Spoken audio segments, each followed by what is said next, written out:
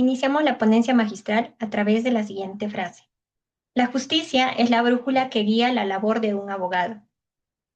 Un amén y cordial saludo a todos los audiovisores que se vienen conectando a través de todas las redes sociales de la Asociación Jurídica Derecho en Línea.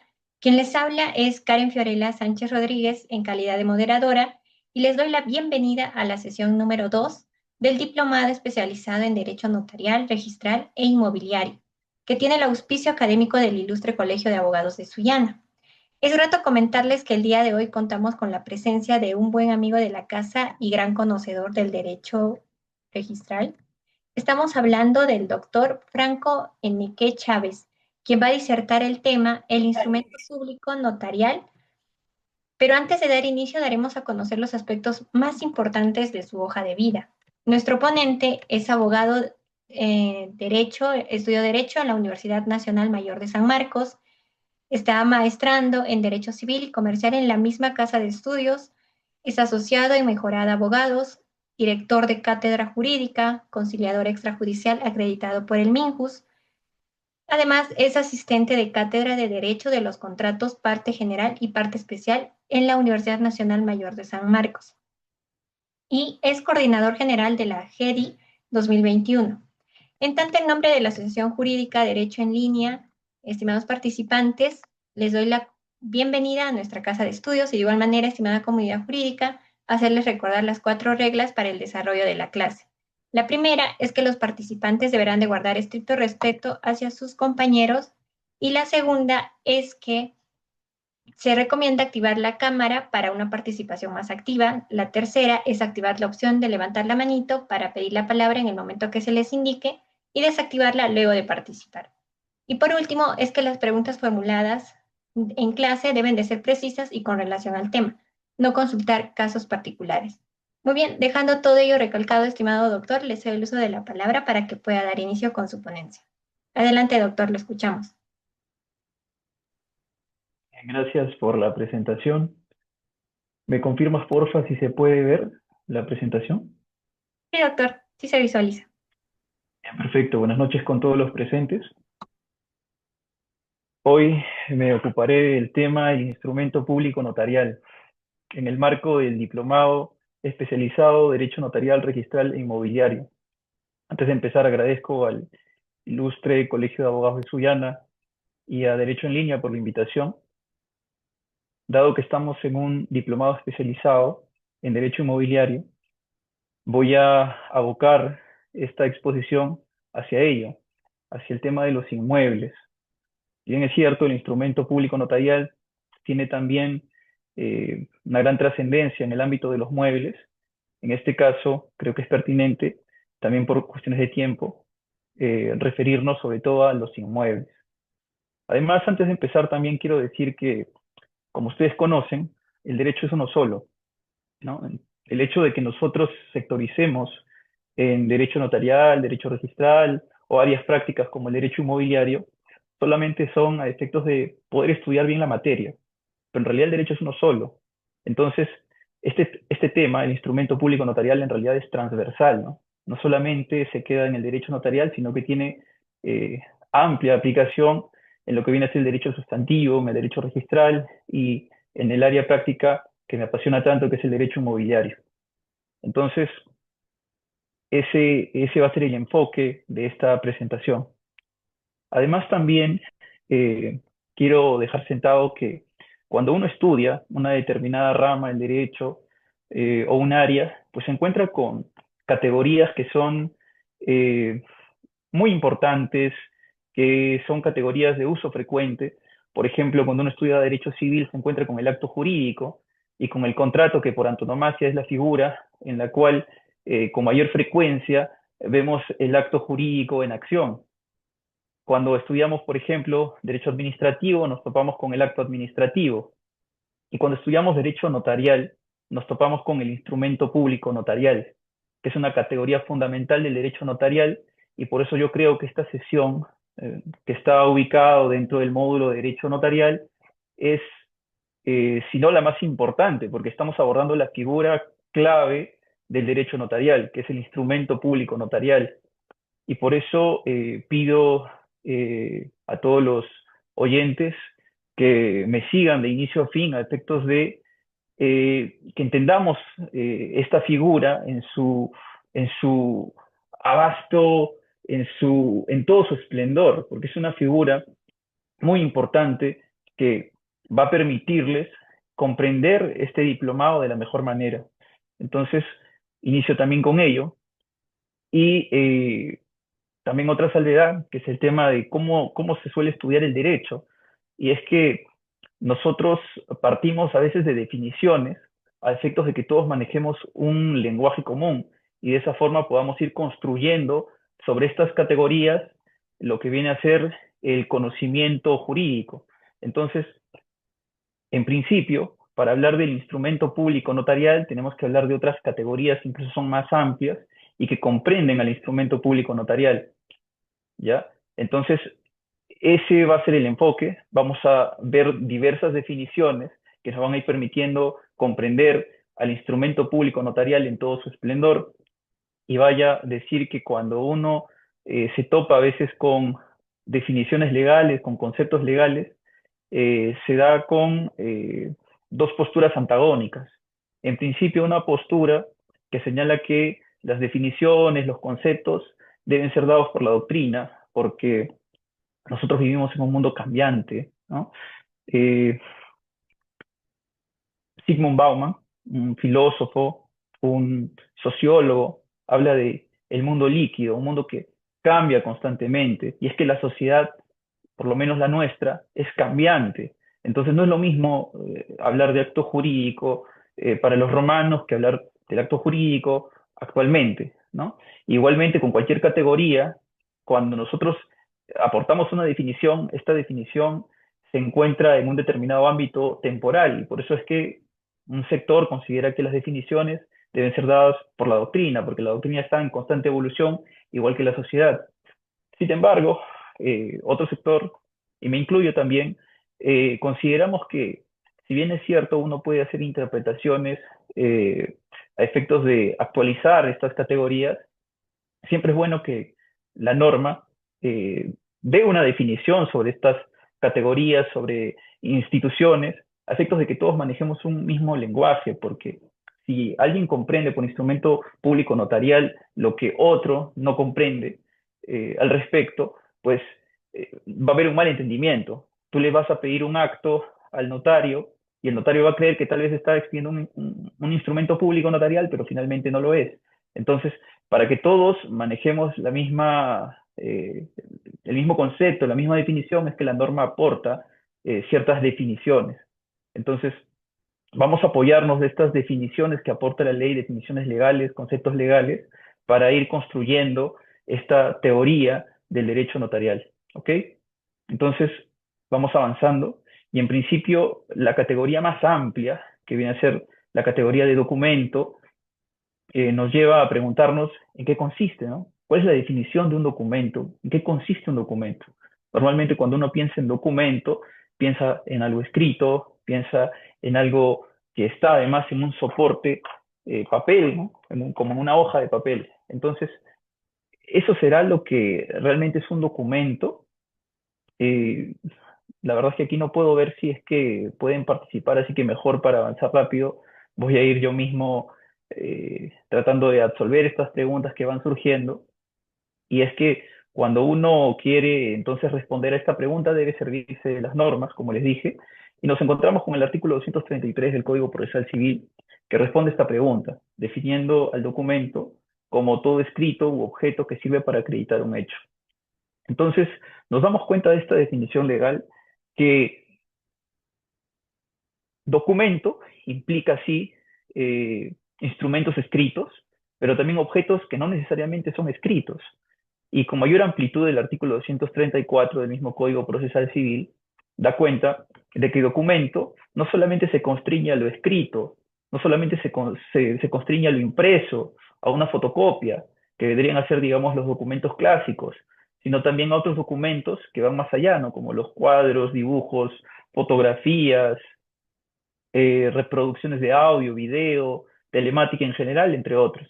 Entonces, el concepto de documento es un concepto muy amplio que comprende a diversas manifestaciones, como las que están aquí en ese artículo 234 del Código Procesal Civil. Además, este mismo Código Procesal Civil nos da una suerte de bipartición de lo que vienen a ser los documentos y nos habla de documentos públicos y documentos privados, cada uno de estos con características distintas. Entonces, en principio, el artículo 235 de este Código Procesal Civil nos da una lista cerrada de lo que debemos entender por documentos públicos. Solamente son documentos públicos los que están en este artículo, en estos tres incisos del artículo 235. El primer inciso dice que son documentos públicos los que son otorgados por funcionarios públicos en ejercicio de sus funciones. Nosotros, ya estamos en una segunda sesión, seguramente ya entendemos que el notario no es un funcionario público. El notario no es un funcionario público, es un privado que ejerce una función pública, y eso es muy diferente. Y es por eso que no estamos en este primer inciso, ¿no? Vamos entonces al segundo inciso. Dice, es documento público la escritura pública y demás documentos otorgados ante o por notario según la ley de la materia. Nos encontramos en este supuesto, porque la escritura pública y otro documento que sea otorgado por el notario es un instrumento público notarial. Entonces, este instrumento público notarial del que vamos a partir es un documento público que así está reconocido por el Código Procesal Civil. El tercer supuesto es que documento público es aquel que una ley expresamente diga que tiene esa condición. Este artículo 235 luego dice algo que es muy importante, y eso lo veremos más adelante con amplitud. Dice, la copia del documento público tiene el mismo valor que el original, si está certificado, entre otros, por un notario.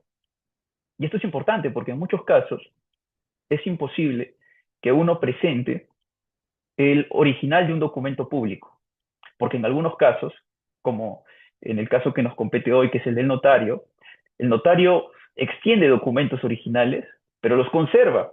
Entonces es imposible que uno aporte en el proceso un documento que lo tiene el notario. Yo no puedo presentar el original de una escritura pública, por ejemplo, pero sí puedo presentar una copia. Y esa copia tiene un nombre, que lo vamos a ver más adelante, y que tiene el mismo valor que el original. Y esta norma, pues bien hace en darle ese valor ante la imposibilidad de poder presentar un original a la copia. ¿Ok? Luego tenemos también a los documentos privados. Los documentos privados son aquellos, a contrario censo, que no son públicos. O sea, son los que no tienen estas características, son los que no están en estos incisos. Si no calza en estos supuestos, estamos ante documentos privados. Y además el artículo 236 del Código Procesal Civil hace una tingencia importante. La legalización o certificación de un documento privado no lo convierte en público. O sea, yo puedo tener un documento privado, legalizo o certifico las firmas, y no por eso mi documento privado se vuelve público. Sigue siendo un documento privado, pero con firmas legalizadas. Eso es muy importante también, como veremos más adelante. Entonces vamos avanzando. Ya vimos que el instrumento público notarial entonces es un documento público. Ya nos hemos quedado con eso. Es un documento público. Pero el artículo 23 del decreto legislativo 1049, el decreto legislativo del notariado, nos aporta también una definición legal sobre lo que es un instrumento público notarial. Entonces, por eso yo hablaba de que estas definiciones legales nos permiten tener un mismo idioma, porque si entendemos qué es el instrumento público notarial en base a este artículo, todos vamos a llegar a la misma conclusión y vamos a saber qué cosa es un instrumento público notarial y cuál no calza en esta definición. ¿Qué dice este artículo 23? Son instrumentos públicos notariales los que extiende o autoriza el notario, por mandato de la ley o a solicitud de parte, en ejercicio de su función, dentro de los límites de su competencia y con las formalidades de ley. Hay mucho por desmenuzar aquí. En principio, se dice que el instrumento público notarial es aquel que extiende o autoriza el notario. ¿Qué significa que extienda? Que elabore, que redacte, que lo construya. ¿Y qué significa que autorice? Que suscriba, que dé fe de que ha visto determinado acto o determinada circunstancia, hecho, etc. ¿Ok? Esa es la diferencia entre extender un documento o autorizarlo. En algunos casos, como las escrituras públicas, no solo se extiende el documento, sino que el notario también autoriza. Ahora, También por la clase previa, la clase uno, que entiendo que es el acceso a la función notarial, que ustedes ya han visto quién es el notario, entendemos pues que el notario es un profesional en derecho, ¿no? Que está encargado, en todo caso, por una delegación estatal, por una delegación normativa, de ejercer una función pública. Ese es el notario. Y el notario entonces, ¿qué es lo que hace? Recibe y da forma a las voluntades de las partes, ¿no? Redacta ciertos instrumentos a tal efecto y confiere autenticidad a estos actos. En algunos casos conserva el original, como veremos más adelante, y además en el artículo 4 del reglamento del decreto legislativo 1049 dice que no es un funcionario público para ningún efecto legal, o sea, esclarece cualquier duda en relación a si tiene o no esta categoría de ser un funcionario público. No lo es. El notario no es un funcionario público, es un privado. ¿Qué más dice esta definición? Que esto que hace el notario de extender o autorizar debe hacerlo en ejercicio de su función. ¿Y cuál es la función del notario? Ustedes también ya lo han visto seguramente en la sesión pasada. De forma bastante extensa y completa, el artículo 5 del reglamento señala que tiene en principio una función pedante y formalizadora de instrumentos, que pueden ser protocolares o extraprotocolares, como veremos más adelante. Tiene también una labor de orientación a los usuarios. A todos los que llegan a la notaría, el notario debe orientarlos. Además, tiene también una función de calificar la legalidad de los actos. Y ahí viene también un punto que es muy importante y por eso quiero hacer esta salvedad. Calificar la legalidad de un acto implica que un notario le otorga validez o eficacia a los actos jurídicos. La respuesta es que no. Porque por ahí, cuando a veces algunos profesores se refieren a la actividad del notario y a su rol en la calificación de instrumentos, señalan el acto que pasa por el notario ya es un acto válido, un acto eficaz. Y no, no es así. En realidad, quien determina la eficacia y la validez de los actos son las normas. Y en todo caso, quien determinará que un acto sea válido o sea nulo será un juez, no es el notario. Entonces, el notario, no porque formalice un acto, significa que ese acto ya es válido. Ese acto podría ser nulo. Y además, tampoco es que porque lo formalizó, ya este acto extiende todos sus efectos. Podría tratarse de un acto ineficaz, inoponible.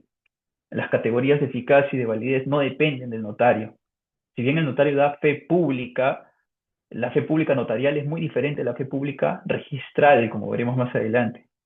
La fe pública registral es la que da oponibilidad frente a todos, permite la publicidad de actos, pero la fe pública del notario es diferente. El notario da cuenta de que se celebró determinado acto, que las partes dicen quienes dicen ser, son quienes dicen ser, que determinado acto o evento se manifestó ante él. Esa es la fe pública notarial. No es una fe pública que convalide actos o que genere efectos. ¿Okay? Eso es muy importante determinar en principio. Además, también tiene una función cautelar, preventiva, porque resguarda documentos y además permite la prevención del fraude. Precisamente uno va a un instrumento público notarial porque quiere un documento, digamos que más seguro que tener un documento privado.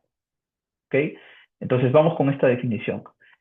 Nuevamente, es entonces un documento que se expide en el ejercicio de la función del notario, pero también dice dentro de los límites de su competencia.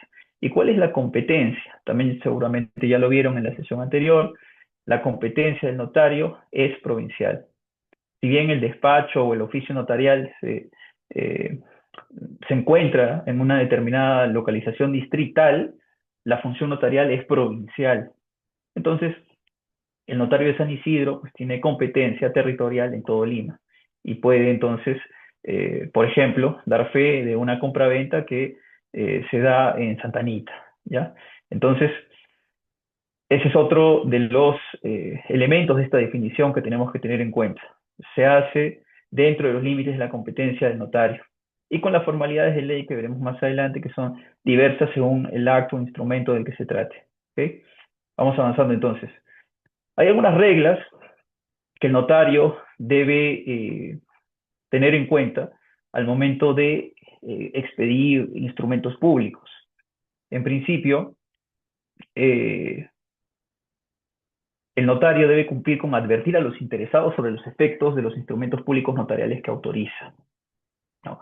En el caso de los protocolares, como veremos más adelante, también se deja incluso constancia de esto. Súper importante que el notario instruya a las partes respecto a los efectos de los instrumentos que están suscribiendo.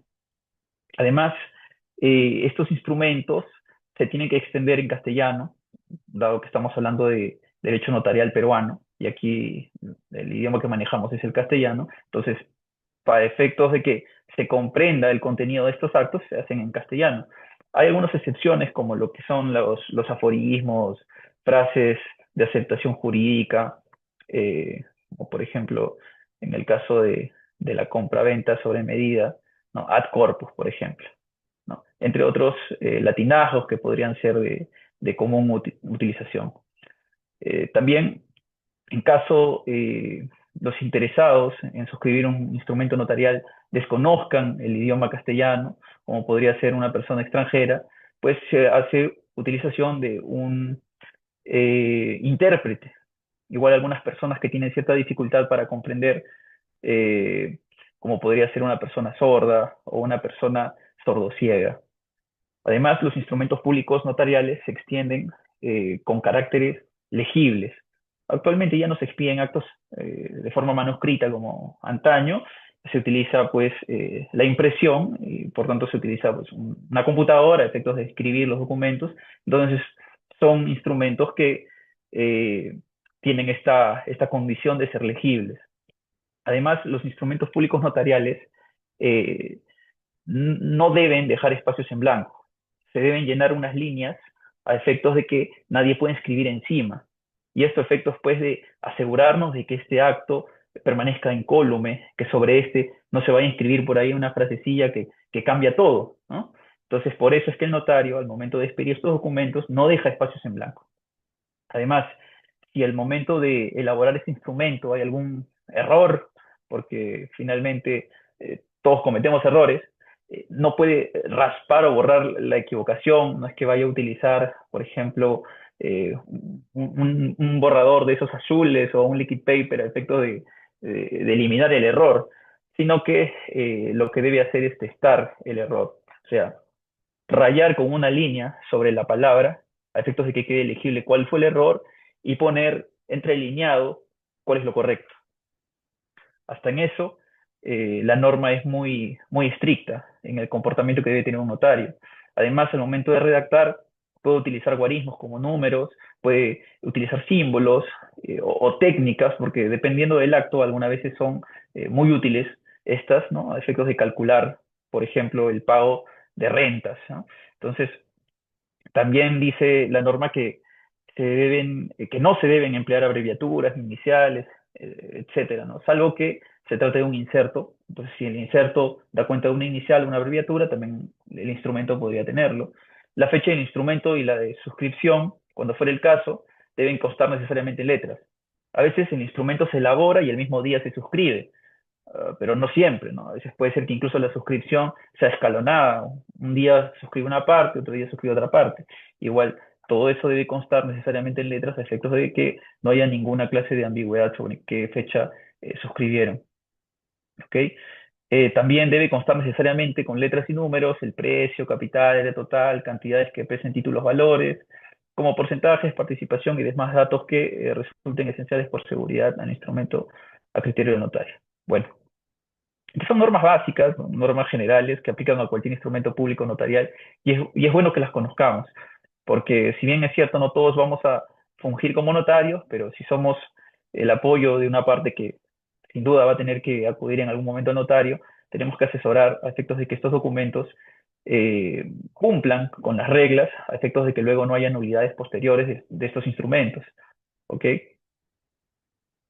Aquí algunos ejemplos, ¿no? De en qué consiste no dejar espacios en blanco. Como ven, hay una doble línea que no permite que entre los párrafos exista un espacio.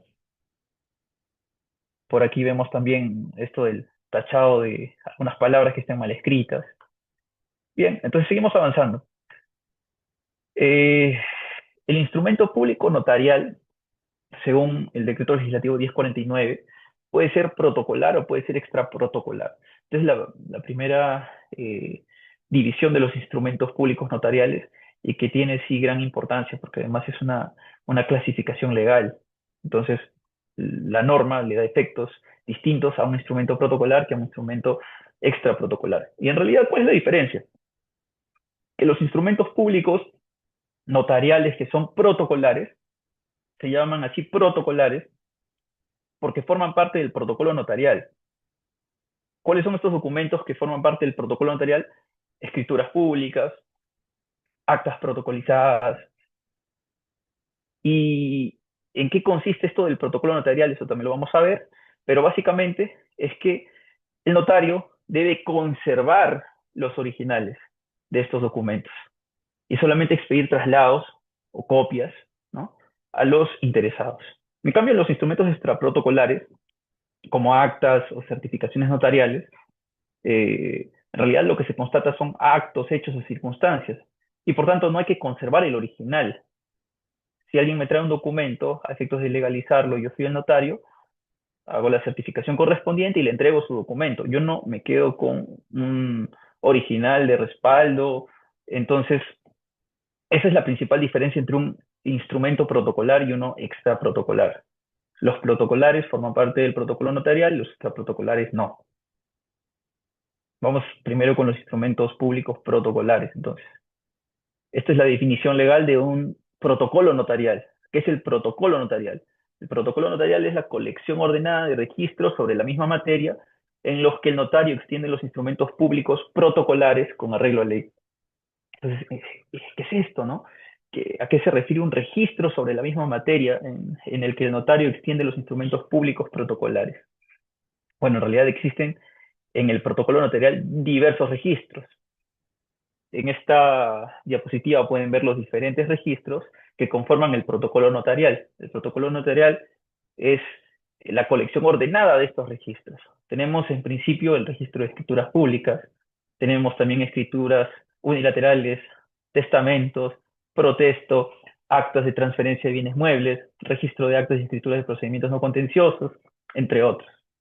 Ahora, aquí, ¿por qué algunos de estos registros los he puesto de color verde? Porque como estamos en un diplomado vinculado al derecho inmobiliario, tenemos que poner mayor atención a estos registros que están de verde, como el registro de escrituras públicas. ¿Por qué? Porque los contratos que se celebran sobre bienes inmuebles finalmente van a terminar en este registro de escrituras públicas, ¿no? Como por ejemplo una escritura pública de compra-venta, una escritura pública de donación, una escritura pública de permuta, una escritura pública de arrendamiento, servidumbre, usufructo, superficie, hipoteca, en fin, también las protocolizaciones. Entonces, este registro de escrituras públicas es más importante, sin duda. ¿Y quién no ha elaborado alguna vez alguna minuta, ¿no? Señor notario, sírvase extender en su registro de escrituras públicas una de compra-venta que celebra tal persona con tal persona. Entonces, ahí vamos con otra categoría que viene a ser, que entendemos por minuta, que es una rogación al notario a efectos de que extienda una escritura pública. Y esta escritura pública, la original, ¿en qué registro va a estar? En el registro de escrituras públicas. ¿Yo voy a tener mi escritura pública de compra-venta, donación, permuta, lo que fuese? No. Yo lo que voy a tener es una copia. ¿Por qué? Porque el original se lo queda el notario, porque tiene esta obligación de conservar en el protocolo notarial estos documentos, en cada uno de estos registros ordenados que tiene. También es importante el registro de testamentos, ¿por qué? Porque en estos testamentos, que son los testamentos de escritura pública, los testamentos cerrados, también las personas pueden transferir sus inmuebles luego de su muerte. Y también el registro de actas y escrituras públicas de procedimientos no contenciosos, ¿no? Porque sabemos que existen procedimientos no contenciosos que están en una ley especial que también están vinculados a inmuebles, como son, por ejemplo, el procedimiento no contencioso de prescripción adquisitiva notarial, la formalización de títulos supletorios, la rectificación de áreas y linderos, la constitución de patrimonio familiar, la sucesión intestada, el desalojo con intervención notarial, también tendría que estar en este registro de actas de procedimientos no contenciosos, aunque no sea no contencioso, porque así lo dice la ley. Entonces, El protocolo notarial es la colección de estos registros y los instrumentos notariales finalmente van a ir, si son protocolares, en alguno de estos registros. ¿Ok? Vamos avanzando. Entonces tenemos el registro, tenemos el tomo que agrupa los registros y tenemos el archivo notarial que a su vez agrupa los tomos y los registros. Y finalmente a todo esto se le conoce como el protocolo notarial. Entonces vamos a ir desmenuzando. ¿Cómo es esto? El artículo 27 del decreto legislativo 1049 dice que el registro se compone o bien de 50 fojas ordenadas correlativamente según su numeración, que pueden ser llevados de dos maneras: 25 pliegos de papel emitido por el Colegio de Notarios o 50 hojas de papel emitido por el Colegio de Notarios. ¿Eso qué nos dice? En principio que los instrumentos públicos notariales protocolares van a estar en soporte papel, pero no en cualquier papel, sino en un papel especial que va a disponer el Colegio de Notarios. Entonces, esa es una primera característica de estos instrumentos protocolares.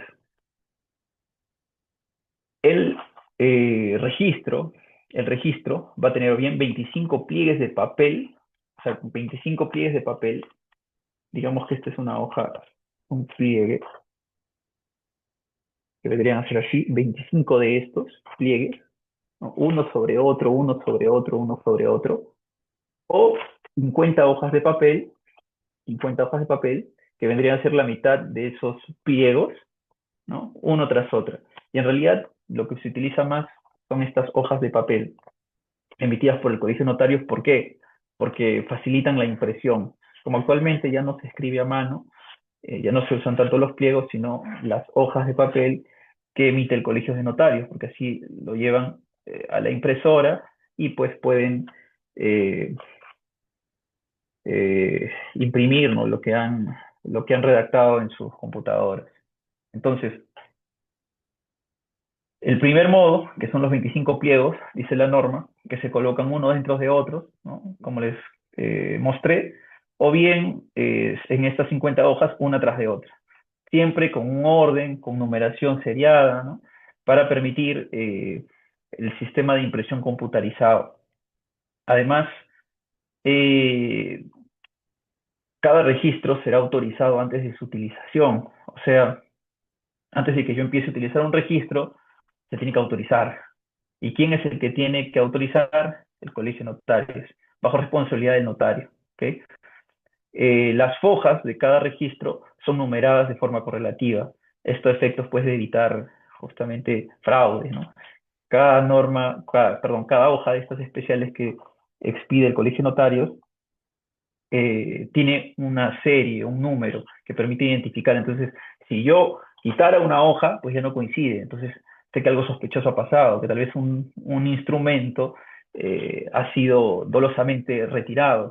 Entonces, esta, este mecanismo de seguridad, digamos, permite mayor transparencia. Eh, Se forma un tomo por cada 10 registros, un tomo por cada 10 registros, un tomo que debe encuadernarse, debe empastarse. Además, deben tener un número a efectos de tener un orden correlativo de estos tomos. Cuando uno entra a uno de estos archivos notariales, se da cuenta que es como una biblioteca. Y por eso es que en el archivo notarial siempre debe haber un índice.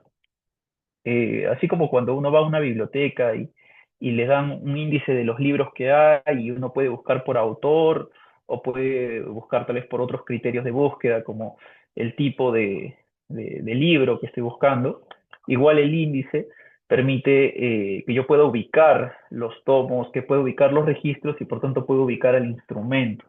¿Okay? Entonces, este sistema es un sistema tipo biblioteca que permite la conservación de estos instrumentos a efectos de lograr la transparencia.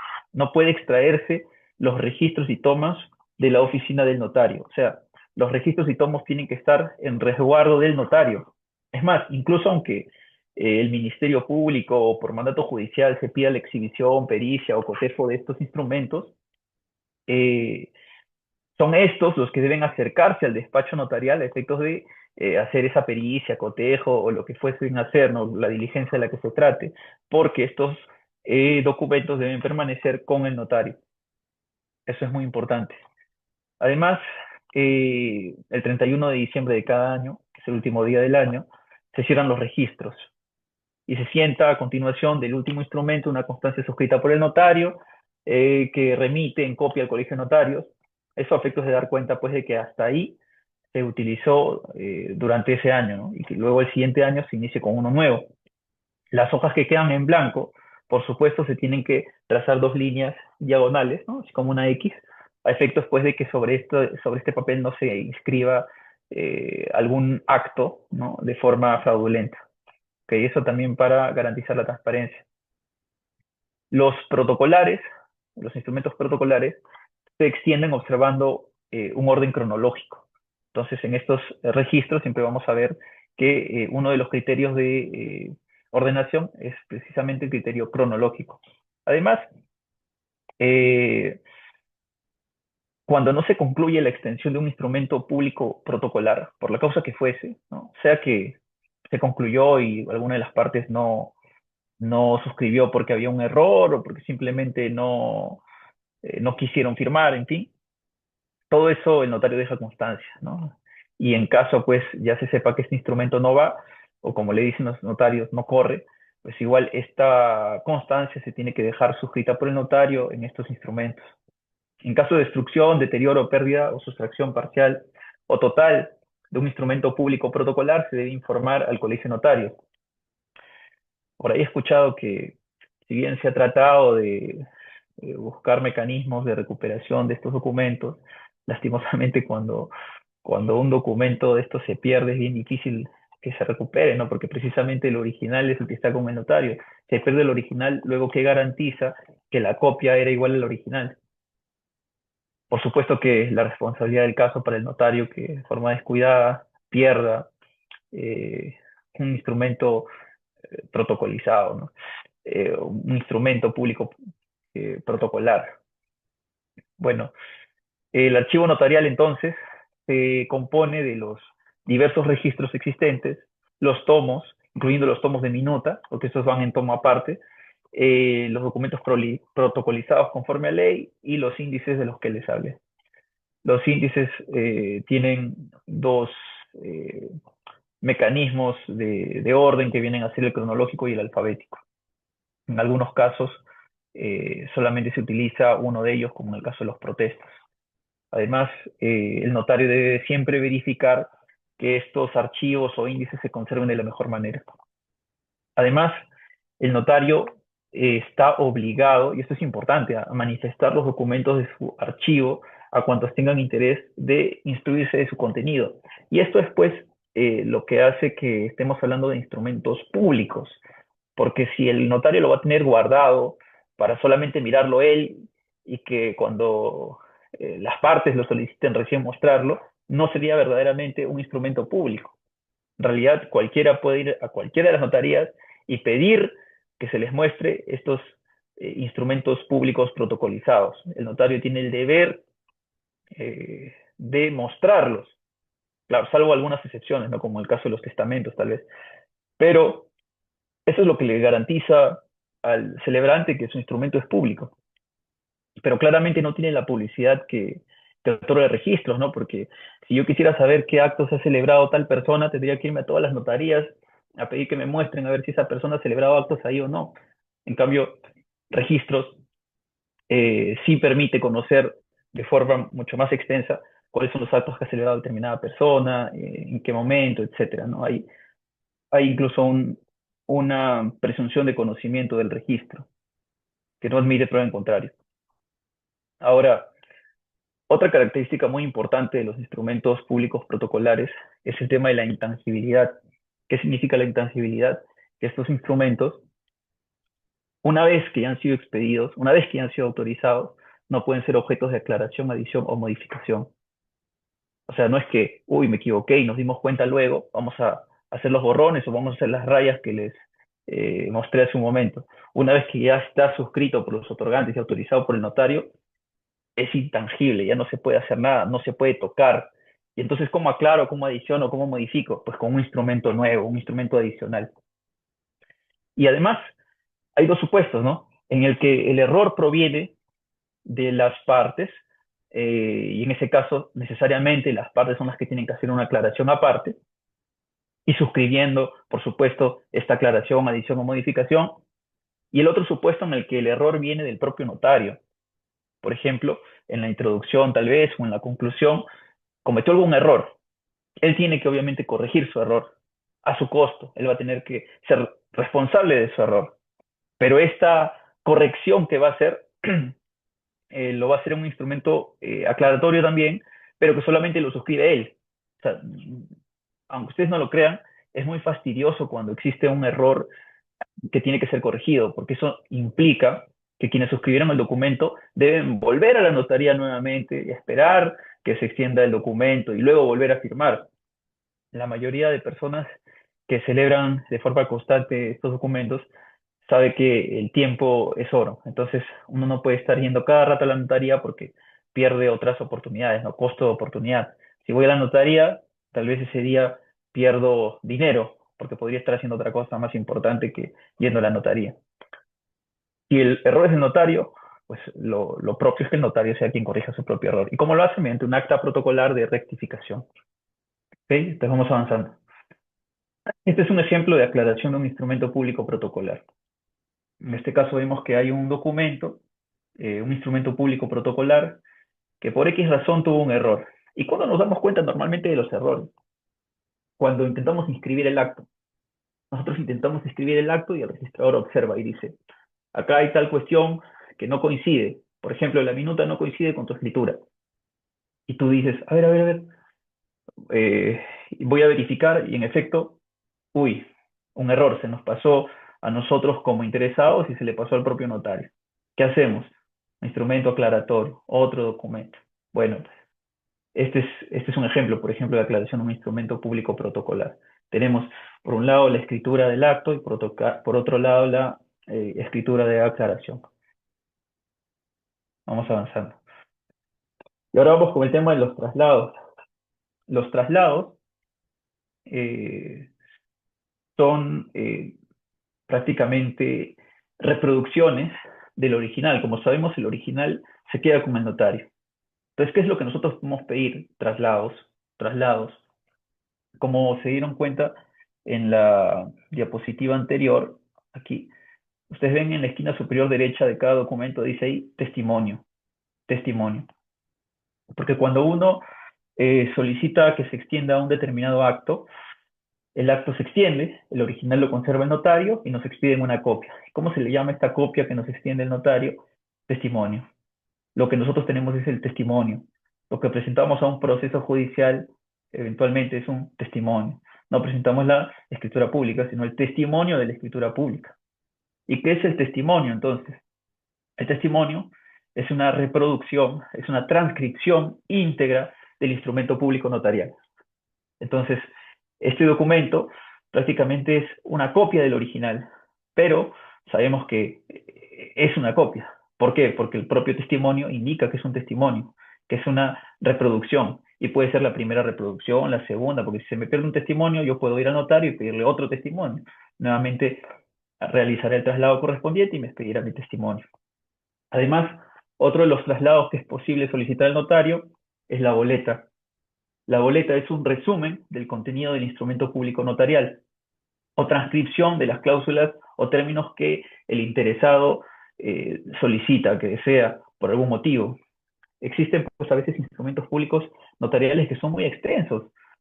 Por ejemplo, cuando uno otorga poderes a muchas personas y además con facultades diferentes, entonces otorgo poder, no sé, a Rangido Ricardo con tales facultades y pongo pues un montón de facultades, ¿no? Luego, apoderado B, Mauro Aucejo, con tales facultades.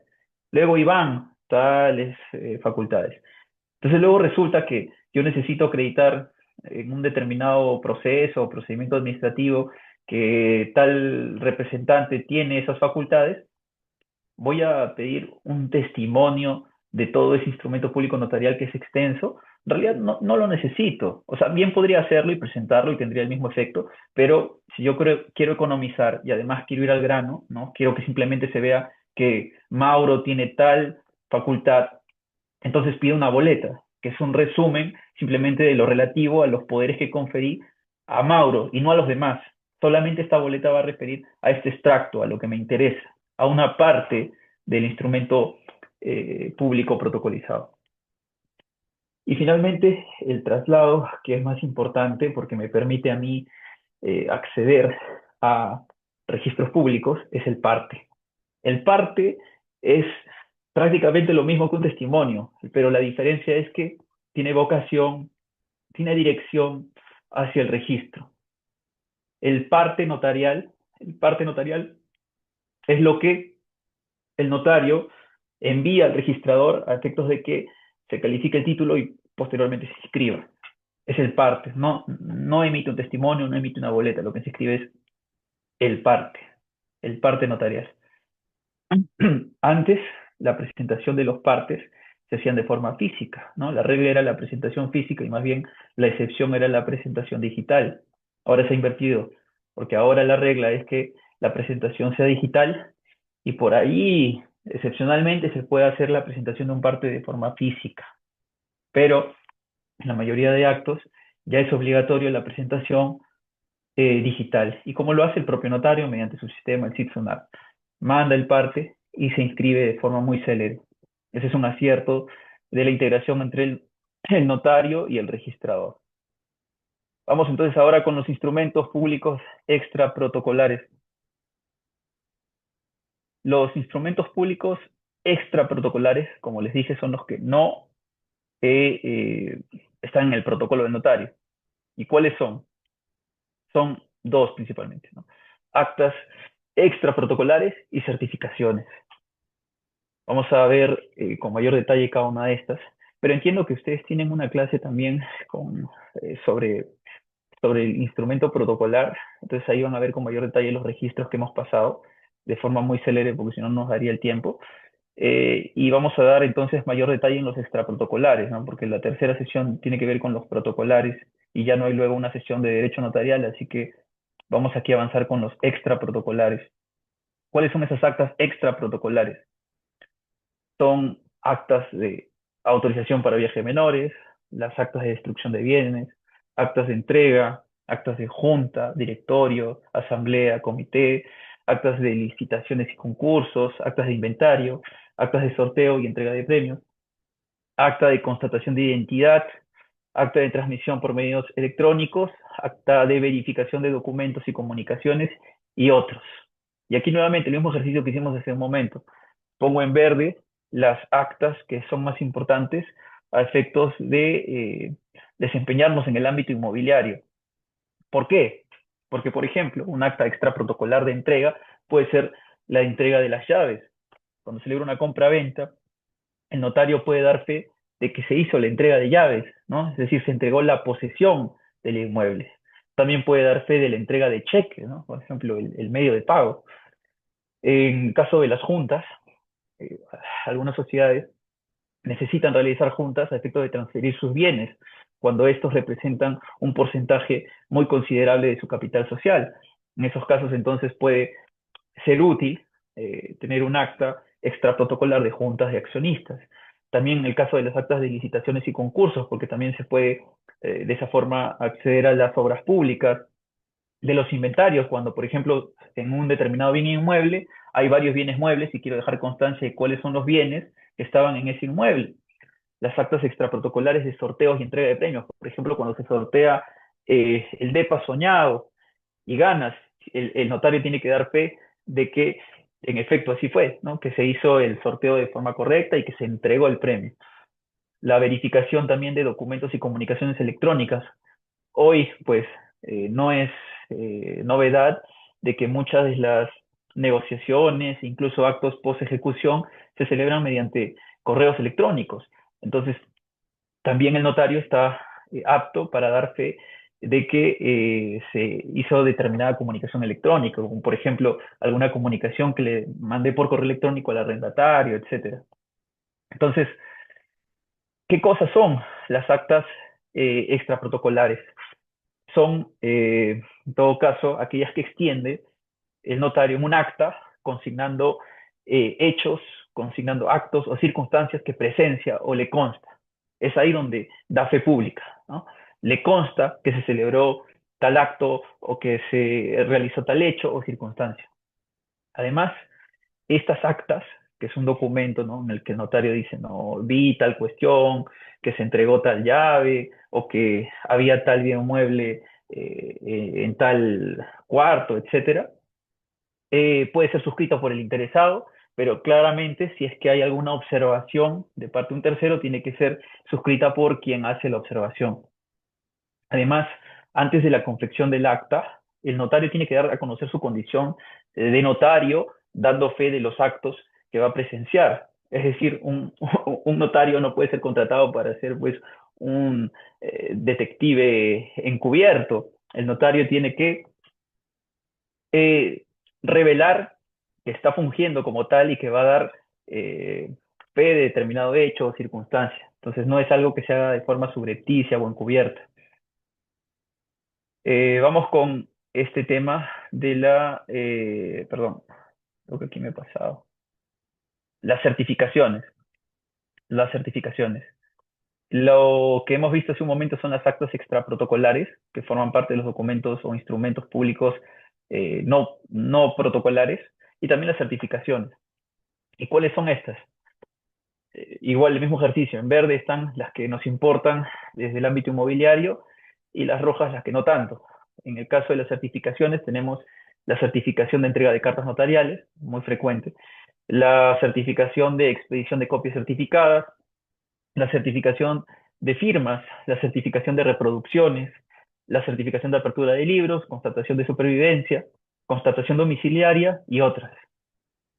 Entonces, ¿qué más vale decir? Seguramente muchas personas ya han hecho uso de cartas notariales, saben de qué consiste. Voy con mis tres cartas, una para que me sirva de cargo, otra para que se diligencie y otra para que ellos logren hacer la certificación dando cuenta de que se diligenció en la oportunidad y en la circunstancia determinada.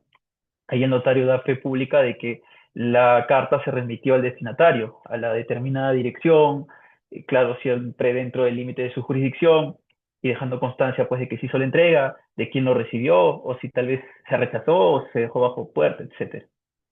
El notario entonces eh, tiene esta posibilidad y también puede cursar cartas por correo certificado. Eso cuando desea realizar un envío fuera de su jurisdicción. Puede hacerlo, pero solamente mediante una oficina de correo. Esa es la única excepción en la que puede ir más allá de su competencia territorial. Ahora, el notario claramente, en el caso de las cartas notariales, no asume responsabilidad sobre el contenido de la carta, porque no la redacta, ¿no? Tampoco la firma.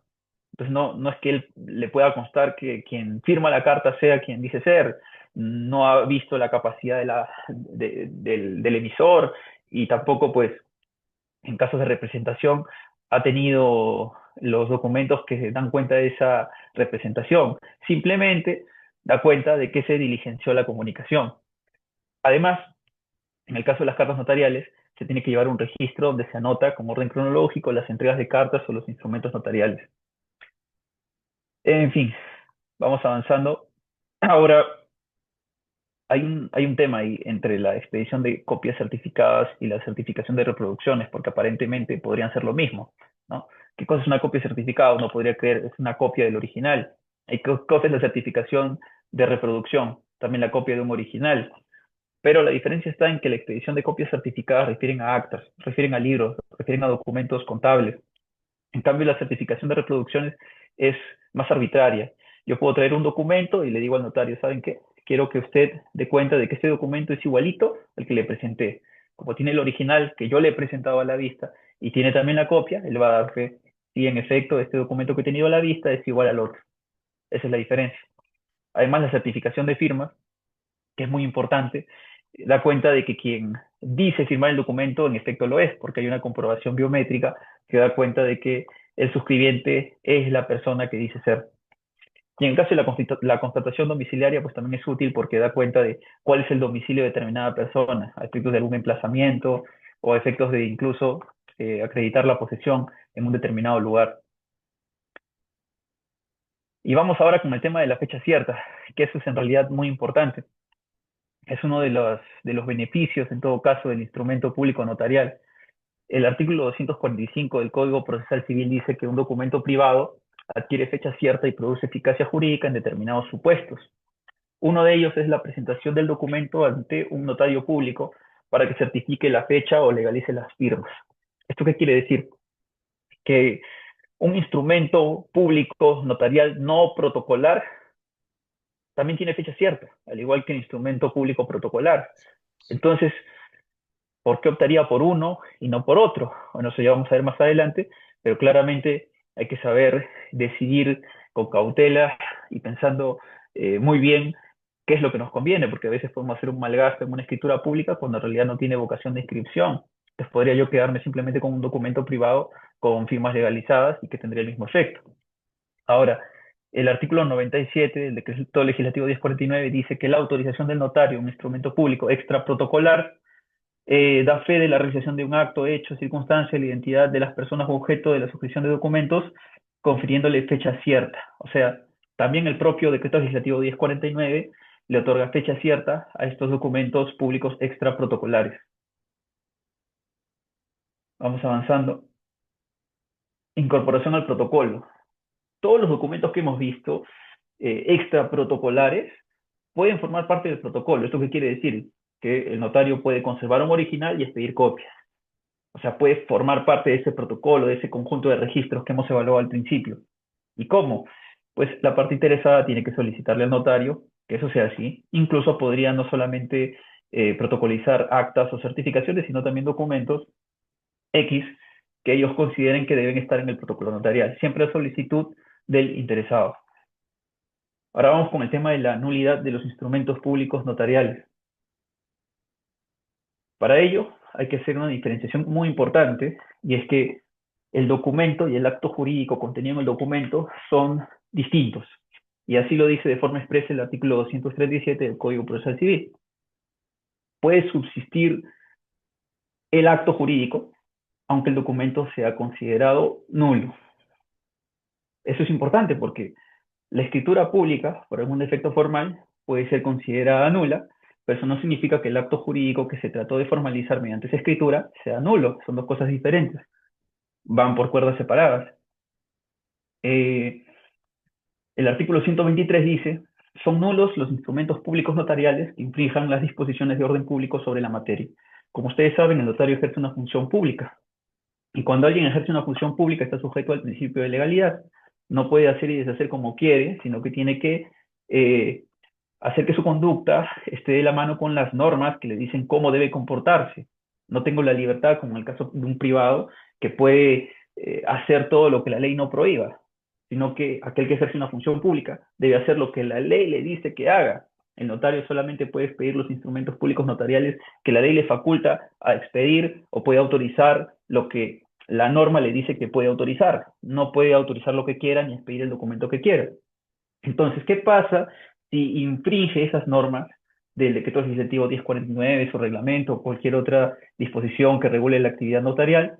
Pues que el instrumento público notarial será nulo por un defecto formal, ¿ya? Y por eso hacía la distinción entre el instrumento público notarial y el acto jurídico que puede estar contenido en este instrumento.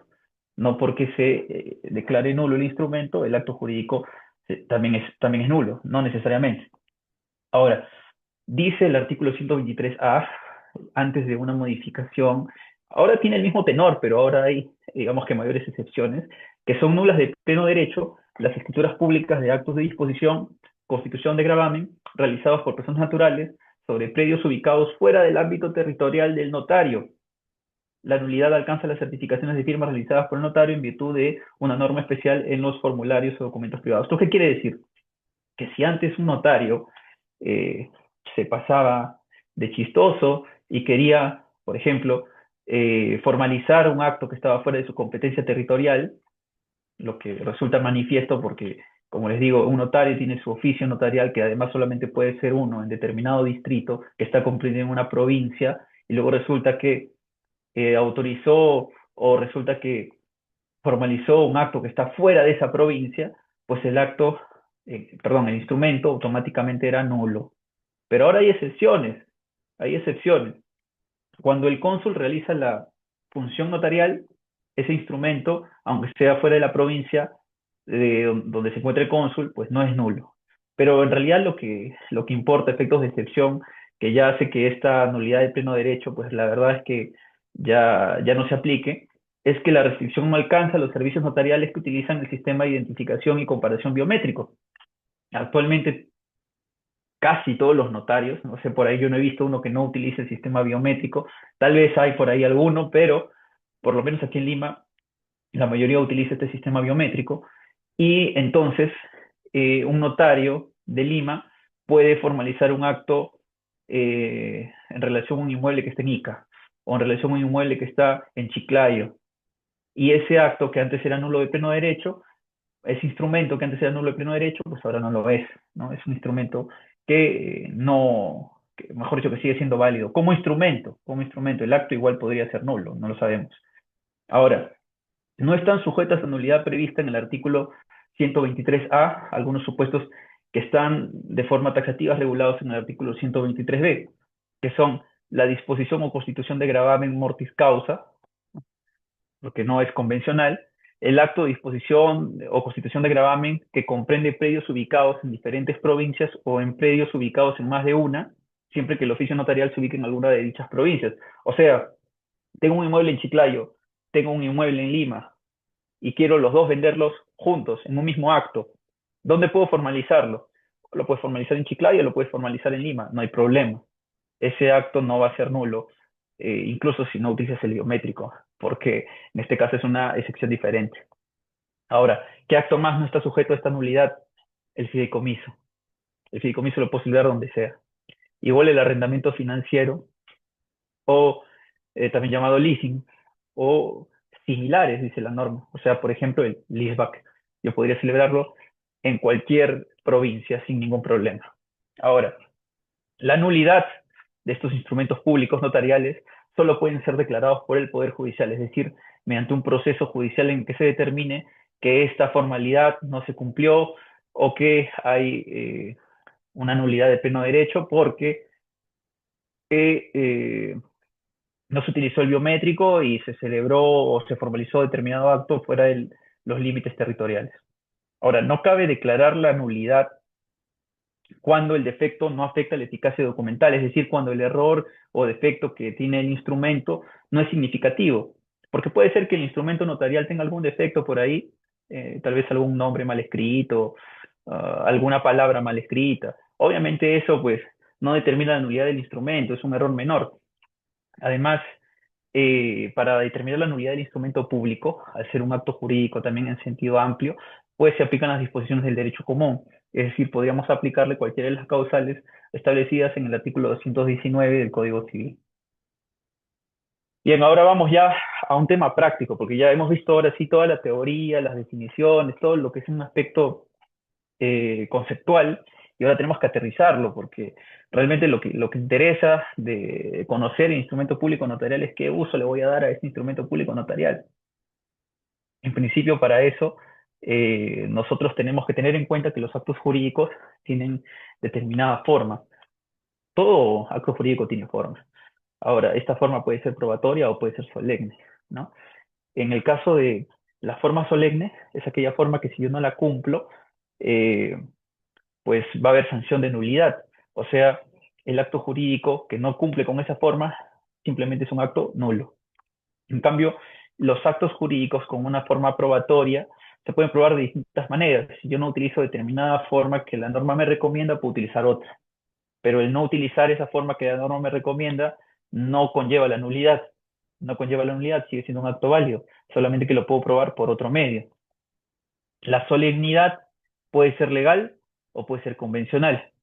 Es decir, las propias partes pueden determinar, por ejemplo, en un contrato preparatorio, que determinado acto definitivo como una compra-venta, pese a ser un acto convencional, o sea que no necesita determinada forma, finalmente se suscriba, por ejemplo, mediante escritura pública. ¿Las partes pueden hacer eso, solemnizar sus contratos? Claro que sí. A ver, un ejemplo de lo que viene a ser una forma probatoria y una forma solemne, muy clara, es la que está en el artículo 1605 del Código Civil, ¿no? Referido al suministro. El suministro, por ejemplo, dice esta norma, que se puede probar por cualquiera de los medios que permite la ley. Pero si se hubiese celebrado por escrito, el mérito de este instrumento prevalece por sobre los demás. ¿Eso qué quiere decir? Que el suministro oneroso tiene forma libre. Y si lo celebro por escrito, pues es una forma privilegiada, pero eso no significa que si no lo celebro por escrito, el acto sea nulo. Pero además, el segundo párrafo de este artículo 1605 da una solemnidad a un tipo de suministro, que es el suministro a forma de liberalidad. Dice, cuando el contrato se celebra a título de liberalidad, debe formalizarse por escrito bajo sanción de nulidad. Ese bajo sanción de nulidad convierte a esta modalidad del suministro en un contrato solemne. Es decir, el contrato oneroso, el contrato de suministro oneroso tiene forma libre, pero el suministro gratuito tiene una forma solemne. ¿Cuál es la forma solemne? Escrita. Si celebramos un suministro gratuito de forma verbal, ¿qué pasa? Que el acto es nulo. Tiene que estar por escrito para que el acto sea válido. Lo mismo pasa con, por ejemplo, la fianza, según el artículo 1871, o con el secuestro, artículo 1858, con la cesión de derechos, artículo 1206, con la transacción, artículo 1304. Son contratos o actos que tienen una forma solemne, que es la forma escrita, igual que en el caso del suministro gratuito. ¿Por qué es una forma solemne? Porque estas normas dicen bajo sanción de nulidad. Si no lo celebro en esa forma, el acto es nulo. Ahora, dado que estamos aquí en el ámbito inmobiliario, es muy importante saber cuál es la forma solemne de una donación inmobiliaria, que es un acto muy frecuente.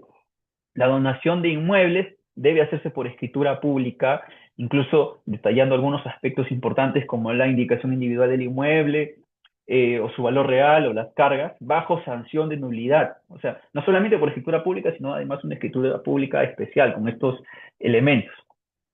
Entonces, la donación inmobiliaria tiene forma solemne, una forma solemne de escritura pública, la misma que tiene la renta vitalicia o la anticresis, por ejemplo, ¿no? Entonces, si yo voy a celebrar una donación inmobiliaria, tengo que hacerlo mediante escritura pública. Y ahora, pues ustedes seguramente saben ese problema de la donación inmobiliaria que se celebró en minuta, a la que le han dado efectos el Tribunal Constitucional, lo que para algunos les parece una aberración, porque están zurrándose en la teoría del acto jurídico más básica, que viene a ser esta diferenciación entre actos convencionales y actos solemnes. Pero eso es tema aparte. Simplemente la regla es que la donación inmobiliaria es bajo escritura pública. Ahora, el artículo 1650, por ejemplo, dice que el mutuo entre cónyuges debe constar por escritura pública. O sea, también solemniza este acto. El artículo 1411 dice que se presume la forma que las partes convienen adoptar de forma anticipada y por escrito, y que este es requisito indispensable para la validez del acto bajo sanción de nulidad. Lo que yo les decía, las partes pueden de forma convencional solemnizar sus actos. Y ahora vamos a lo importante, porque si yo quiero finalmente tener publicidad y tener oponibilidad, yo lo que quiero es llegar al registro. Y si quiero llegar al registro, tengo que pasar por una escritura pública. Y si tengo que tener una escritura pública, yo en el contrato convencional puedo obligarme, junto pues con mi contraparte, a compelernos recíprocamente a formalizar este acto mediante una escritura pública. Y eso es lo que sucede en muchos casos. Es normal que al realizar un contrato privado o una minuta, ya se establezca la obligación de elevar este documento a escritura pública. Pero es algo que debemos poner, o sea, no es algo que se presuma. Si bien es cierto, algunos cuando se olvidan de establecer la obligación de suscribir la escritura pública, luego dicen que el artículo 1549 debe interpretarse como que la obligación esencial del vendedor de perfeccionar la transferencia implica también la obligación de suscribir la escritura pública. Esa obligación eh, tal vez no estaba pensado para eso. Claro que se utiliza cuando tú te olvidas de poner esa obligación de suscribir la escritura pública, porque de todas formas tienes que buscar perfeccionar la transferencia, es decir, inscribir tu derecho en registros. Pero ¿para qué vamos a ir a ese supuesto si es que nosotros de forma diligente podemos establecer en nuestros contratos que existe la obligación de mi contraparte de firmarme la escritura pública? Sobre todo cuando soy adquirente, ¿no? Porque cuando soy adquirente es que quiero finalmente que se inscriba mi titularidad. Entonces, dato ahí, si lo que quiero es finalmente llegar al registro, establecer en mi contrato la obligación de que mi contraparte me firme la escritura pública. Además, también tener en cuenta que en este caso el instrumento público, notarial, protocolar, escritura pública, me es muy útil cuando el contrato original ya tiene una solemnidad, porque si yo quiero modificar un contrato, debe efectuarse de la misma forma que la que está prescrita para el contrato que quiero modificar. O en el caso de los contratos preparatorios, si es que quiero celebrar un contrato como una donación inmobiliaria, pues el contrato preparatorio debe seguir la misma formalidad. De lo contrario, estamos en un contrato nulo, ¿no? Un contrato sin efectos. Ahora, siguiendo en esta perspectiva de aterrizar el concepto de instrumento público notarial, cuando alguien quiere adquirir un derecho, y vamos a hacerlo esto con la compra-venta, con la compra-venta inmobiliaria, porque es la más sencilla de explicar, cuando uno quiere adquirir la propiedad de un inmueble, ¿no?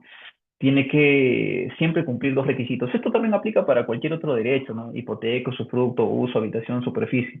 Existen normas que establecen reglas generales respecto a la transferencia de bienes o transferencia de derechos y existen también reglas excepcionales. Pero para que yo logre una transferencia válida y eficaz, tengo que en principio conocer quién tiene la legitimidad para disponer. No, no podemos comprar inmuebles como cuando compramos pan o azúcar o compramos una galleta. O sea, no es que yo voy al mercado inmobiliario y veo qué me gusta y simplemente porque me gusta cómo se ve el inmueble ya lo compro. Yo tengo que antes hacer una suerte de estudio de títulos, entre otros, eh, análisis a efectos de conocer quién tiene la legitimidad para disponer. Y en ese ejercicio, recientemente, el Tribunal Constitucional ha señalado, en el caso del tercero buena fe, de que quien adquiere de forma diligente es quien ve el registro y ve la posesión. Estos dos elementos de cognoscibilidad son muy importantes a efectos de adquirir bien. Entonces, en el primer paso que tengo que hacer para conocer quién tiene el derecho, como les digo, lo explico con propiedad, pero también me aplica al usufructo o cualquier otro derecho que se quiera adquirir. Lo primero es determinar quién es el legitimado para transferirme ese derecho. ¿Y cómo puedo yo saber quién es el que está legitimado a transferir? Pues tengo dos herramientas, el registro y la posesión. En el registro, como les decía, uno puede obtener oponibilidad, puede obtener publicidad. Entonces, cualquiera puede acceder a registros públicos y verificar quién es el titular del derecho o el derecho que quiero adquirir, ¿no? Si lo que quiero es adquirir el derecho de propiedad, yo puedo ver fácilmente en un asiento de dominio quién es el titular registral de determinado inmueble. Claro que eso no me garantiza de que él sea el propietario, porque nuestro sistema registral no es constitutivo, sino declarativo, y que puede tener imperfecciones. Pero claramente, si yo adquiero de quien aparece en registros como el titular del derecho, ya me estoy comportando de forma diligente. Pero si además verifico la posesión y quien me va a transferir además tiene el control del inmueble, entonces eso me garantiza, de cierta forma, de que él es quien tiene la legitimidad para transferirme, porque la posesión permite una presunción de propiedad, al igual que el registro. Incluso el registro es una presunción de la que yo no puedo escapar. Yo conozco el registro en todo momento. Es una presunción que en realidad viene a ser tal vez un poco forzada, pero si yo contrato con quien aparece como titular registral y además tiene la posesión, eso me garantiza que voy a adquirir un derecho eh, casi de forma garantizada. Igual podría haber ciertas incompatibilidades que no he podido yo percibir, pero si yo tomo este comportamiento diligente, luego tengo una protección especial, como vamos a ver, que son precisamente las excepciones.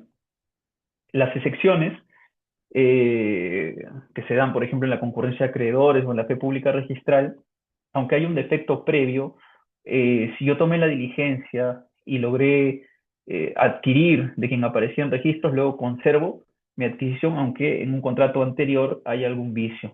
En el caso de la fe pública registral, o en el caso del artículo 1135, si yo logré acceder al registro de buena fe, aunque luego resulte que mi transferente ya había vendido tal vez a otra persona, o previamente a otra persona, o posteriormente, pues igualmente conservo mi adquisición por un efecto legal, más que por un efecto del propio 949, que es la norma de transferencia de propiedad general, ¿no?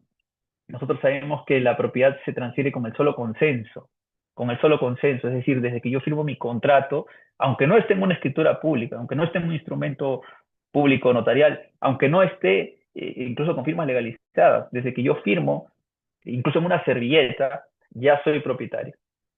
Ahora, el tema está en que eso desde la teoría es admisible, pero no me comporto de forma diligente si es que utilizo un mecanismo no idóneo a efecto de celebrar mi contrato.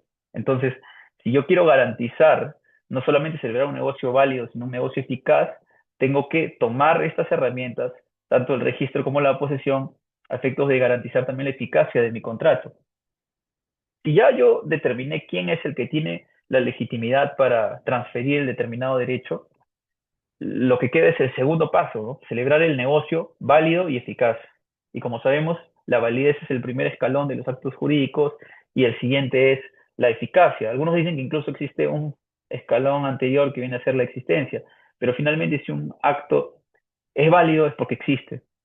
Entonces, si un acto es válido es porque tiene presupuestos, elementos y requisitos que concurren de forma armoniosa en este acto. Elementos como, en el caso de los actos jurídicos en general, manifestación de voluntad, objeto, causa, presupuesto como sujeto, objeto, y requisitos los que están en el artículo 140 del Código Civil. Entonces, si yo logro realizar un acto, o sea, una compraventa, en este caso de transferencia de propiedad inmueble, eh, respetando estos presupuestos, elementos y requisitos, lo que tengo es un acto válido. Pero para yo garantizar la eficacia, tengo que además tomar estas herramientas que son la posesión y el registro para blindarme. Entonces, eh, nosotros, que tenemos un sistema registral, como les dije, imperfecto, declarativo, eh, que además también se clasifica como el registro que tiene el notario. Como ustedes recordarán, en el protocolo del notario, lo que hay es una suerte de ordenamiento por registros. El registro público también tiene sus registros, tiene 4 registros grandes. Registro de personas naturales, registro de personas jurídicas, registro de inmuebles y registro de inmuebles. El que nos interesa, pues obviamente estudiar es el registro de inmuebles, y ya lo verán en la sesión correspondiente. ¿Y por qué me interesa a mí acceder al registro? ¿Por qué?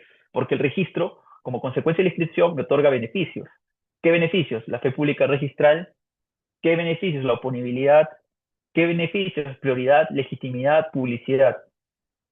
Entonces, yo para beneficiarme de esto, que no es poco, porque como les digo, si es que yo mediante el registro puedo garantizar la eficacia de mi acto, obviamente quiero estar en el registro.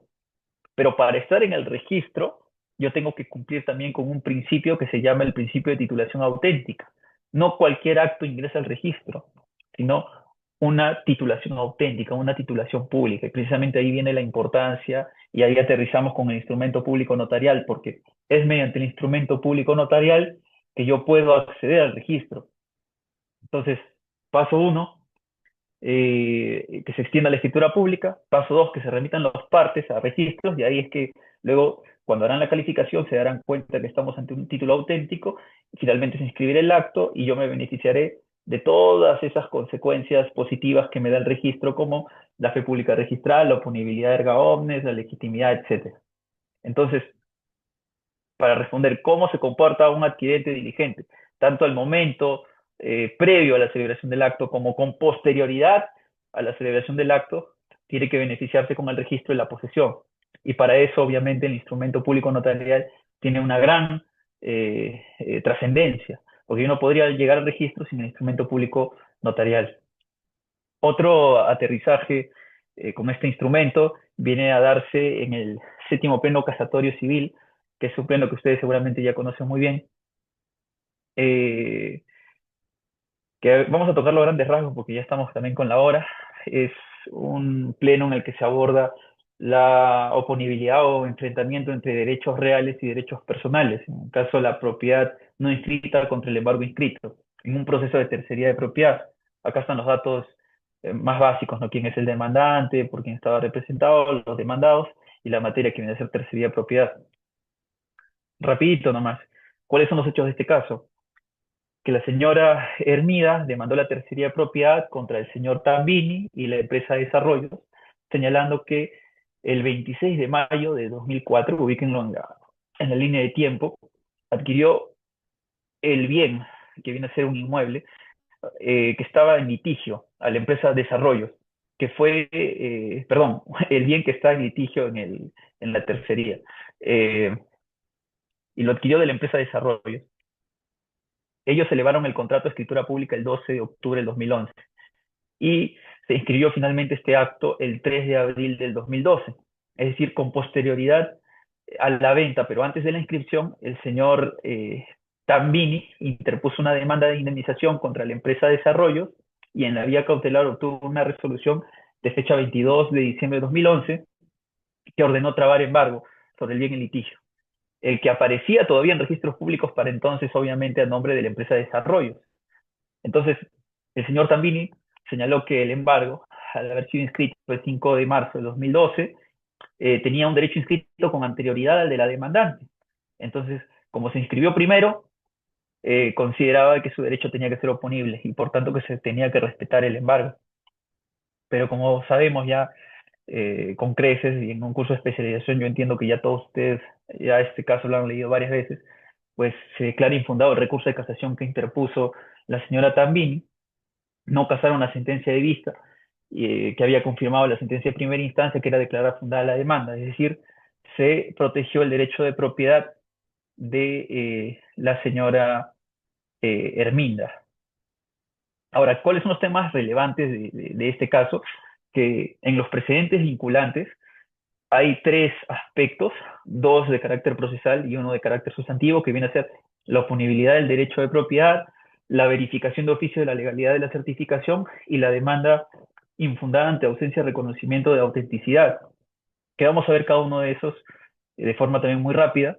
En el caso de la oponibilidad del derecho de propiedad, esta norma, perdón, este precedente judicial vinculante dice lo siguiente, ¿no? En los procesos de tercería de propiedad que involucren bienes inscritos, debe considerarse de conformidad con lo dispuesto en la segunda parte del artículo 2022, en concordancia con el artículo 949, 1219, que el derecho de propiedad del tercerista es oponible al derecho del acreedor embargante, siempre que dicho derecho real quede acreditado mediante documento de fecha cierta, más antigua que la inscripción del embargo respectivo. Y entonces vamos nuevamente con esto de la fecha cierta. La fecha cierta de un documento la puede dar una escritura pública, pero también la puede dar una certificación de firmas, por ejemplo. Entonces, tanto en los instrumentos públicos notariales protocolares como extraprotocolares, te pueden dar ese efecto de tener una fecha cierta más antigua. Y en el caso de las tercerías, pues esto es fundamental. Entonces, siempre servirse de estos instrumentos públicos es sumamente importante para tutelar nuestro derecho, incluso en un conflicto de tercerías. Ahora, ¿qué dice el segundo de estos precedentes?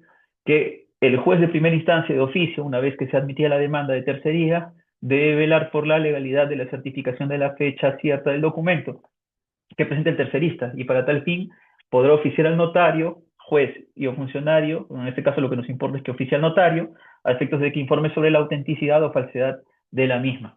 Entonces, el juez recibe la demanda, oficia al notario y le dice, pues, oye, tengo acá este documento que al parecer tú has certificado, quiero saber si es auténtico o no. Y el notario, pues, si es un notario serio, un notario acorde a la moral que debe seguir un notario, pues dirá la verdad. Pero en otros casos, pues seguramente cuando estamos hablando de un notario trucho, dirá, sí, sí, yo certifiqué eso, ¿no? Cuando en realidad no lo certificó. Pero bueno, ¿qué más el tercero de estos precedentes dice? En caso de que el notario, entre otros, no reconozca la autenticidad de la certificación que se atribuye en el documento presentado por el tercerista, la demanda deberá ser declarada infundada. debiéndose expedir las copias certificadas correspondientes al Ministerio Público para que se actúe conforme a sus atribuciones, es decir, perseguir este delito de falsificación documentaria, delito contra la fe pública. Entonces, vemos que esto del instrumento público notarial tiene gran impacto incluso en temas sustantivos como la defensa de la propiedad en el marco de una tercería. Y si bien es cierto, siempre se busca que estos instrumentos públicos garanticen la transparencia, lastimosamente, como en todo, siempre hay personas que eh, de forma impropia hacen uso de su función y que terminan pues beneficiando de forma injustificada a ciertas personas. Pero bueno, esperemos que eso cambie y que realmente se comunique la verdad cuando se hace esta clase de pedidos mediante oficio. Y finalmente, ya para cerrar, vamos a hablar sobre la anotación preventiva. Como sabemos, también hay una función del notario de prevenir los actos fraudulentos. Y en ese marco, en las disposiciones complementarias transitorias y finales, se ha dado una herramienta al notario a efectos de que pueda solicitar una anotación preventiva en dos supuestos.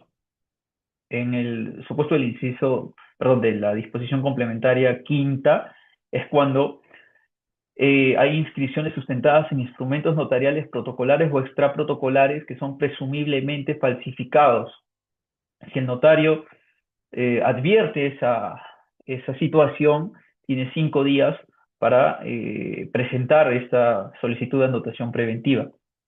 Igual, cuando toma conocimiento de la falsificación de un instrumento que se le atribuye, ¿no? Y se haya insertado en un instrumento que dio lugar a una inscripción, o sea, no solamente antes, sino también luego de la calificación e incluso inscripción, igual tiene que proceder con una anotación preventiva. Esta anotación preventiva tiene una vigencia de 1 año. ¿Hay 1 año para qué? Para que el interesado presente una demanda judicial o una medida cautelar que refiera a esos mismos hechos. O sea, si estamos hablando en este caso de actos fraudulentos, de un determinado instrumento fraudulento, por ejemplo, se podría pedir la nulidad del acto jurídico por fin ilícito. ¿No? ¿Por qué? Porque el acto es fraudulento, porque hubo un contubernio ahí por ahí entre ciertas personas para engañar al notario o incluso con participación del notario. Si luego de ese año no se presentara ninguna medida cautelar o demanda, simplemente la anotación caduca de pleno derecho. Este mismo procedimiento se da en relación a la disposición sexta, pero en otro caso diferente, que es cuando habría una inscripción sustentada en instrumentos públicos protocolares en los que presumiblemente se habría suplantado a los otorgantes o a sus representantes. Supuesto diferente, pero que también permite que el notario realice esta anotación preventiva. Aquí hay un ejemplo de en qué consiste esta anotación preventiva. Y ahora, ¿cuál es el beneficio en todo caso de hacer esta anotación preventiva? Que si yo logro meter mi demanda o mi medida cautelar dentro del año, los efectos de esa anotación de demanda se retrotraen al momento en el que el notario anotó o solicitó la anotación preventiva. Y obviamente, si logro, por ejemplo, una anotación de demanda por nulidad de acto jurídico y con posterioridad hubo una transferencia, pues obviamente no hubo buena fe porque pudieron advertir que aquí había una presunta falsificación de documento que se va a abordar en un proceso judicial y que finalmente si se determina la nulidad del acto, luego el adquirente no podrá decir, uy, no sabía, porque sí sabías, porque esta anotación preventiva ha retrotraído los efectos de esa anotación de demanda, por ejemplo, en el caso de las medidas cautelares. Bueno, eso es todo por mi parte, justo cumpliendo con la hora y media que se me asignó. He tenido que correr un poco y en todo caso, si algo no quedó claro, quedo atento a las preguntas. Muchas gracias. Muchas gracias, doctor Franco Eneque Chávez. Felicitarlo por tan ilustre abordaje del tema el instrumento público notarial. Tenemos unos minutos para poder responder algunas preguntas. Por parte del público, a todos los que se encuentran conectados, se les indica que si tienen alguna duda la pueden hacer mediante chats o levantar su manito para que se les ceda el uso de la palabra. Bien, doctor, tenemos en el chat del Zoom la pregunta del doctor Rangino Ricardo que nos dice lo siguiente.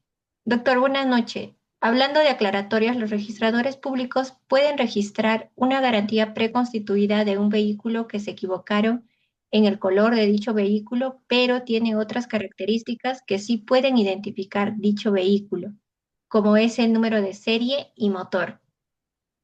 A ver, estimado Rangido, en principio, como yo inicié, este diplomado pues está más enfocado en aspectos de bienes inmuebles, ¿no? Pero claramente también hay bienes muebles interesantes por su valor, como vienen a ser los vehículos, que también merecen estudio. En el caso de los vehículos, y en este especial supuesto que tú me propones, claramente hubo una equivocación en algo que podía ser evidenciado no solamente por el notario, sino también por las partes. Entonces, claramente esa aclaratoria no solamente va a venir de la mano del registrador, perdón, del notario, sino también va a venir de la mano de las partes. ¿Ok? Esa sería mi respuesta. Muchas gracias, doctor. Tenemos una última pregunta del doctor Steve. Adelante, doctor Steve, puede hacer uso de la palabra. Sí, buenas noches, ¿se me escucha? Sí, Sí, te doctor, sí se le escuchamos, escucha. Steve. Sí. Doctor, agradezco su cátedra brindada el día de hoy.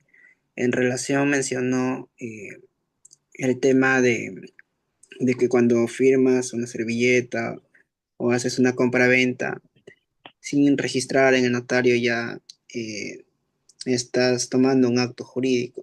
Si bien hay dos temas que es constitutivo y declarativo, constitutivo crea, modifica y o extingue una relación jurídica y el declarativo reconoce o declara la situación jurídica preexistente. En este caso estamos hablando del tema de declarativo, pero hay un vacío. Muchos consideran que debe ser constitutivo porque ello ya no había, ya a priori no habría vicios, no habría esos vacíos que actualmente se está dando.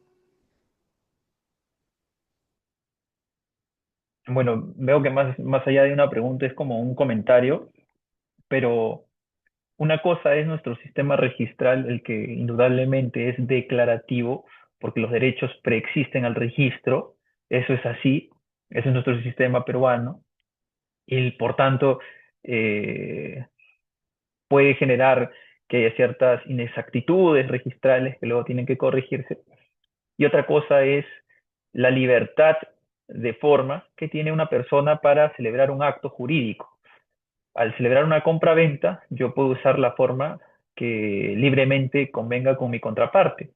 Por eso decía, podemos usar una servilleta, puedo usar una hoja bond y escribir a mano ahí la compra-venta, puedo tipearlo, incluso puede ser que no lo imprima, pero que pongamos nuestras firmas de forma digital y se entenderá que el acto jurídico se concretó.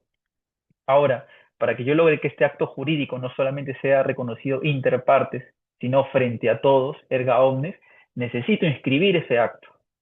Y un documento privado, en principio, no tiene esa vocación para ser objeto de inscripción.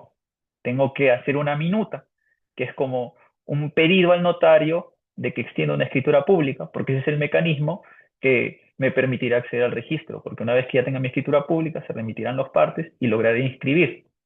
Y solo a partir de la inscripción yo podré decir que de cierta forma tengo un derecho con mayor protección, aunque no necesariamente ya con eso soy dueño, porque la verdad es que en nuestro país podría darse una duplicidad de partidas y luego termino yo litigando un mejor derecho de propiedad y puedo perder y luego resulta que aunque estuve en el registro, dado que estamos en un caso de duplicidad de partidas, los beneficios del registro se cancelan porque estamos hablando de dos partidas con beneficios opuestos, ambos se cancelarían y finalmente ganaría simplemente el que tiene un título que prevalece al otro, ¿no? Entonces, podría ser que pese a haber inscrito mi adquisición, finalmente yo no sea el dueño.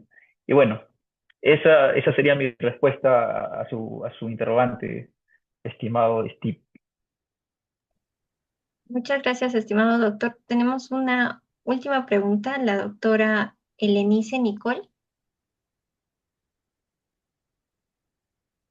Buenas noches, ¿se me escucha correctamente? Se te Sí, escucha Alex. correctamente. Ok, gracias. Tengo una duda respecto a los jueces de paz en ciertos lugares tienen o abarcan ciertas funciones notariales. Entonces, ellos también tendrían que tener documentos extraprotocolares con respecto a minutas de, por ejemplo, terrenos que no están inscritos o cómo sería en ese caso. ¿Es extraprotocolar esa compra-venta de un terreno no inscrito o es protocolar? Ya. La compra-venta de un terreno puede ser o puede estar relacionado a un instrumento público protocolar o extraprotocolar. Si estamos hablando de una escritura pública, el instrumento notarial sería protocolar. Si estamos hablando de una certificación de firma, estaríamos hablando de un instrumento extraprotocolar. Se podría prestar para cualquiera de los dos según la formalidad que se adopte. Ahora, ciertamente, eh, hay ciertas zonas en las que no hay notarios. Entonces, la función de dar fe pública lo tiene el juez de paz, como bien dijo la compañera, eh, pero eh, esa obligación de conservar que tiene el notario no se la podríamos delegar a esta persona, al juez, porque su función es diferente, ¿no? Su función es administrar justicia, no conservar legajos. Pero para eso también la norma da cuenta de que se puede archivar en todo caso ese instrumento protocolar que podría expedir el juez en el legajo que tendría el colegio de notarios o quien designe este. Entonces, de igual forma, si se trata de un instrumento protocolar, se va a tener que guardar la matriz o el original, pero dado que es un supuesto diferente y que no podemos atribuirle todas las funciones notariales a un juez, entonces no es este quien va a estar obligado a conservarlo. Esa sería la respuesta, doctora. Muchas gracias. Muy bien. Reitero nuestro agradecimiento, estimado doctor Franco Eneque Chávez, por su presencia e ilustrarnos con su amplio conocimiento. Recuerde, doctor, que la Asociación Jurídica Derecho en Línea siempre será su casa y esperamos seguir contando con su participación en los próximos eventos académicos. Muchas gracias, doctor. Fue un gusto ser su moderadora y que tenga buenas noches. Listo, hasta luego. Gracias a todos los que nos acompañaron esta noche. Hasta luego.